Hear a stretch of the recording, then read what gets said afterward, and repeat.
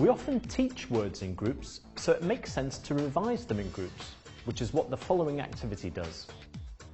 It's a fun game, but you'll notice that the first time you play it, there's a lot to explain.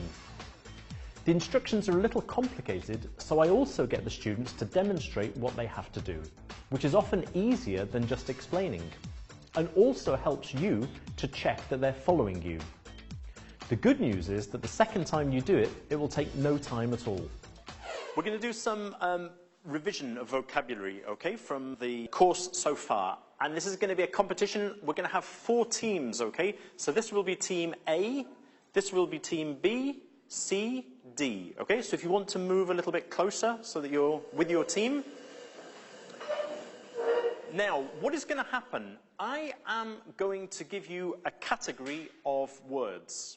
And in your team, the person at the front will give me one word in that category. So imagine our category is fruit. Irene, give me an example. Fruit. Orange. Okay. Isabel, a different one. Apple. Apple.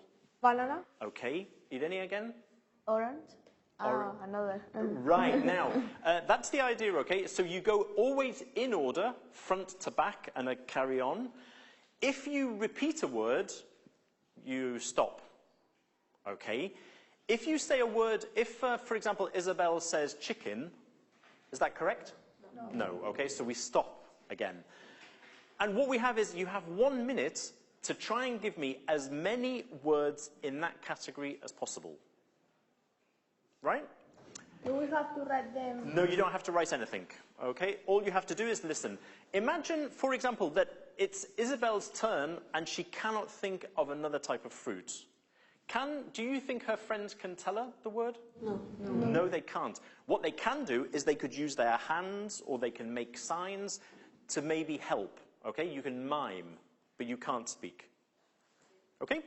When it's team A's turn, it's very important that the rest of us listen to check that we think that the words are correct and to check there is no repetition. If you think there is repetition or an incorrect word, you put your hand up, okay? 1 minute. Now, there are 8 different categories. Some are more difficult, some are easier. Give me a number, Irene, from 1 to 8. 6. It's important to tell all the students to listen to the group that's answering.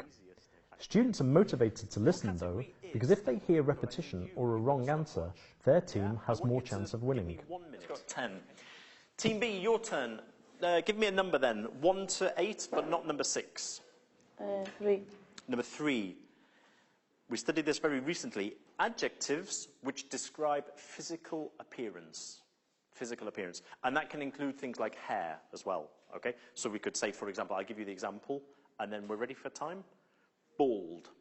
Bald. Short. Blonde. Handsome. As the students are playing the game, I write down all the words very fast. Why? Because in my experience, it's quite possible that students will start arguing about whether a word has been repeated or not. The best thing is to write them down so you can step in if or when there's disagreement. Like fat. That was repetition, wasn't it? Yeah, you said it after Curly, in fact. You said fat. Somebody in the group said fat. Okay, the others, we accept all of the answers? Yes. Yeah, that's 1, 2, 3, 4. Because this activity revises words in groups, it's particularly useful to revise all the vocabulary you've taught so far, before an exam or at the end of term, for example. The students could use the word lists on Gateway Online to revise before doing this activity, or the word lists at the end of each unit of the Gateway Students' books.